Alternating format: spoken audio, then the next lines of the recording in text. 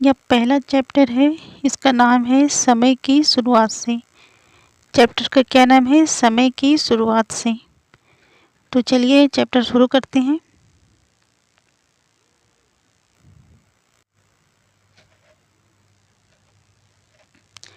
इस अध्याय में इस बात की चर्चा की गई है कि मानव कब और किस रूप में सर्वप्रथम अस्तित्व में आया। ऐसा समझा जाता है कि कदाचित 56 लाख वर्ष पहले पृथ्वी पर ऐसे प्राणियों का प्रादुर्भाव हुआ जिन्हें हम मानव कह सकते हैं। इसके बाद आदिमानव के कई रूप बदले और कालांतर में लुप्त हो गए। आज हम जिस रूप में मानव को देखते हैं, जिन्हें हमने आगे आधुनिक मानव कहा, वैसे लोग 1,60,000 साल पहले पैदा हुए थे। लगभग 8,000 ईसा पूर्व तक मानव इतिहास के इस लंबे अरसे के दौरान लोग दूसरों द्वारा मारे गए या अपनी मौत खुद मरे। प्राणियों के शरीर में से मांस निकालकर, जानवरों का शिकार करके अथवा पेड़ पौधों से कंदमूल, फल और बीज आदि बटोरकर अपना पेट भरते थे। धीरे धीरे उन्होंने पत्थरों से औजार बनाना और आपस में बातचीत करना सीख लिया। हालांकि आगे चलकर आदमी ने भोजन जुटाने के कई और तरीके अपना लिए, पर शिकार और संग्रह करने यानी इधर उधर से खाने की चीजें तलाशने और बटोरने का तरीका भी चलता रहा। आज भी दुनिया के कुछ भागों में ऐसे शिकारी संग्राहक समाज यानी हंटर गैदरर सोसाइटीज हैं जो शिकार और संग्रहण से अपने भोजन की व्यवस्था करते हैं। इसलिए हम यह सोचने पर मजबूर होते हैं कि आज के इन शिकारी संग्राहक लोगों की जीवन शैली का अध्ययन करने से हमें अतीत के बारे में कुछ जानकारी मिल सकती है या नहीं। आज हमें आदि मानव के इतिहास की जानकारी मानव की जीवाश्मों, फॉसिल्स, पत्थर के औजारों और गुफाओं की चित्रकारियों की खोजों से मिलती हैं। इनमें से प्रत्येक खोज का अपना एक इतिहास है। अक्सर ही जब ऐसी खोजें सर्वप्रथम की गईं, अधिकांश विद्वानों ने यह मानने से इनकार कर दिया कि ये जीवाश्म प्रारंभिक मानवों की हैं। उन्हें आदिकालीन मानव द्वारा पत्थर के औजार या रंग रोगन बनाए जाने की योग्यता के बारे में भी शक था। एक अरसे के बाद ही इन जीवाश्मों, औजारों और चित्रकारियों के सच्चे महत्व को स्वीकार किया गया। मानव का विकास क्रमिक रूप से हुआ। इस बात का साक्ष्य हमें मानव की उन प्रजातियों के जीवाश्मों से मिलता है जो अब लुप्त हो चुकी हैं। उनकी कुछ विशेषताओं या शारीरिक लक्षणों के आधार पर मानव को भिन्न भिन्न प्रजातियों में बांटा गया है।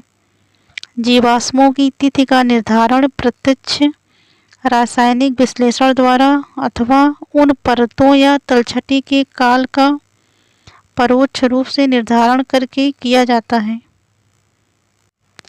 जिनमें वे दबे हुए पाए जाते हैं। जब एक बार जीवाश्मों की तिथि यानी काल का पता चल जाता है, तब मानव विकास का क्रम निर्धारित करना कठिन नहीं रहता। लगभग 200 वर्ष पहले सर्वप्रथम जब ऐसी खोजें की गई थी तो अनेक विद्वान यह मानने को तैयार नहीं थे कि खुदाई में मिले जीवाश्म और पत्थर के औजार तथा चित्रकारियों जैसी अन्य चीजें वास्तव में मनुष्य के आदिकालीन रूपों से संबंध रखती थीं।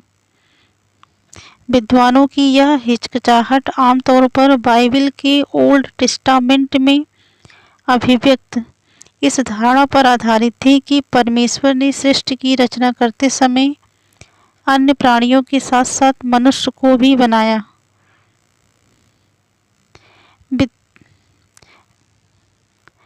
विद्वानों की ऐसी हिचकिचाहट का एक उदाहरण देखिए।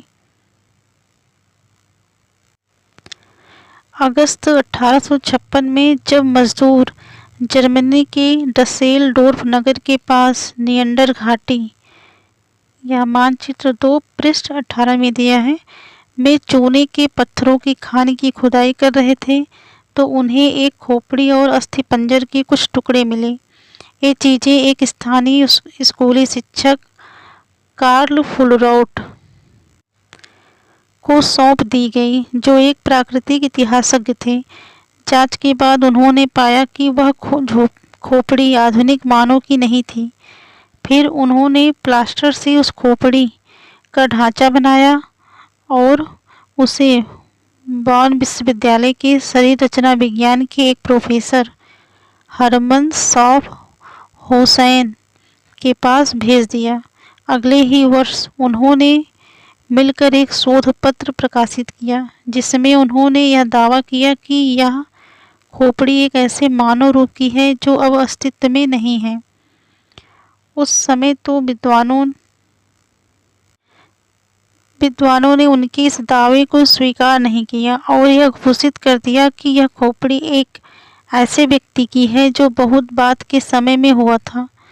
मनुष्य के क्रमिक विकास के अध्ययन में एक युगांतकारी घटना 24 नवंबर 1859 को तब घटी जब मनुष्य की उत्पत्ति के विषय में चार्ल्स डार्विन की पुस्तक on the origin of species प्रकाशित हुई। उस पुस्तक के प्रथम संस्करण की सभी 1250 प्रतियां उसके प्रकाशन के दिन ही हाथों हाथ बिक गई।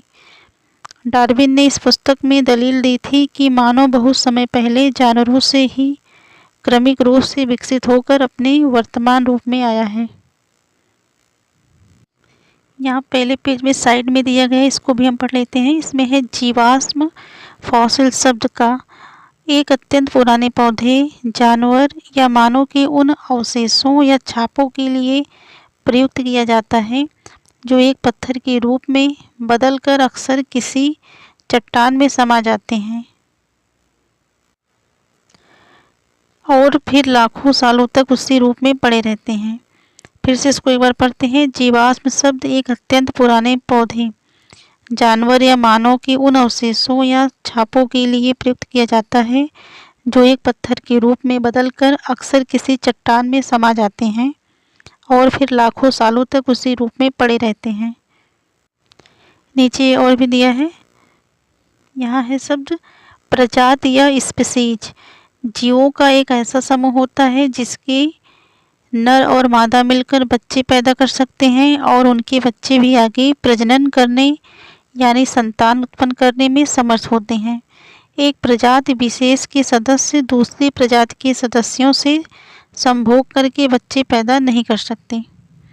फिर से इसको बारे देखते हैं। प्रजाति या स्पीसीज जीवों का एक ऐसा समूह होता है जिसके नर और मादा मिलकर बच्चे पैदा कर सकते हैं और उनके बच्चे भी आगे प्रजनन करने यानी संतान उत्पन्न करने में समर्थ होते हैं। एक प्रजाति विशेष के सदस्य दूसरी प्रजाति के सदस्यों से संभोग करके बच्चे पैदा नहीं कर सकते। दूसरे पेज में देखते हैं।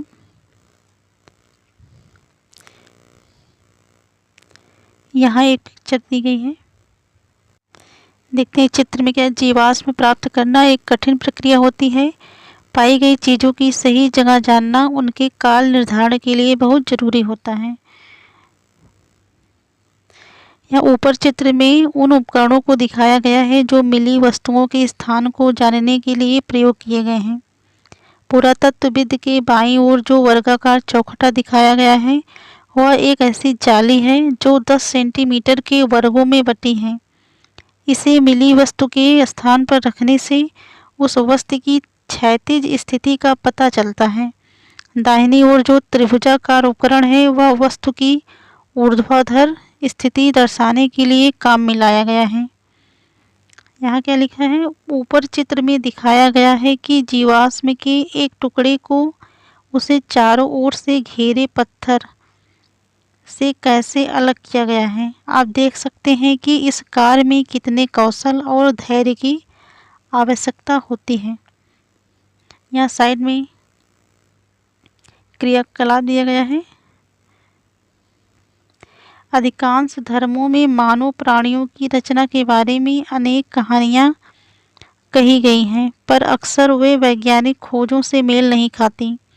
ऐसी कुछ धार्मिक कथाओं के बारे में पता लगाइए और उनकी तुलना इस अध्याय में चर्चित मानव के क्रमिक विकास के इतिहास से कीजिए।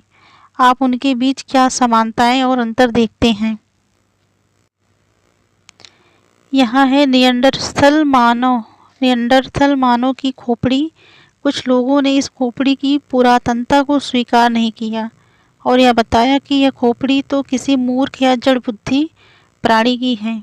अब नेक्स्ट पेज पर चलते हैं।